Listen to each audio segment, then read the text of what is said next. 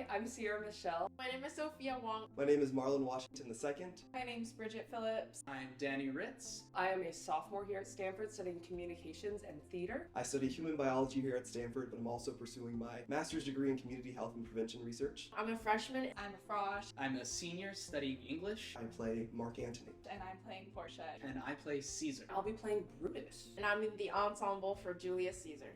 I really believe it's important to watch morally gray characters wrestle with moral dilemmas because that feels a lot like it is in line with our reality in the real world. One of our goals is for the audience after watching the show to not be able to tell who's the bad guy and who's the good guy. Or the beauty of Julius Caesar is the choices that it empowers its actors, directors, and larger company to make. Really, given the context, we've kind of discussed how really the key word being citizenship, how that is multidimensional or even context dependent.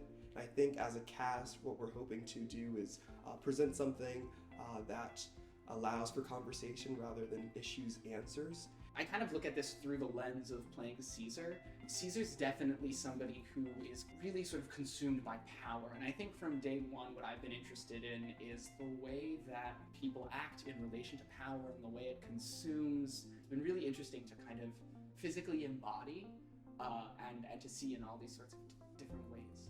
The assassination of Julius Caesar is often regarded as the most resonating assassination of Western civilization. But this play is about the assassinations that we commit within ourselves. And that to me is all the more profound and how wonderful. I think it's exciting for this piece of art to foreground important divergent conversations. No one is ever all good, no one is ever all bad, and we all the time are facing moral decisions in our everyday lives. And to watch these larger than life characters go through something that is so genuinely human, I think is really important. And it allows us to reflect on our own lives in a way that we aren't able to when we're not in the theater. I really appreciate the ambiguity and the complexity of Julius Caesar, as everyone has their ambition, their passion, their love, and their private stories. It's a complicated show.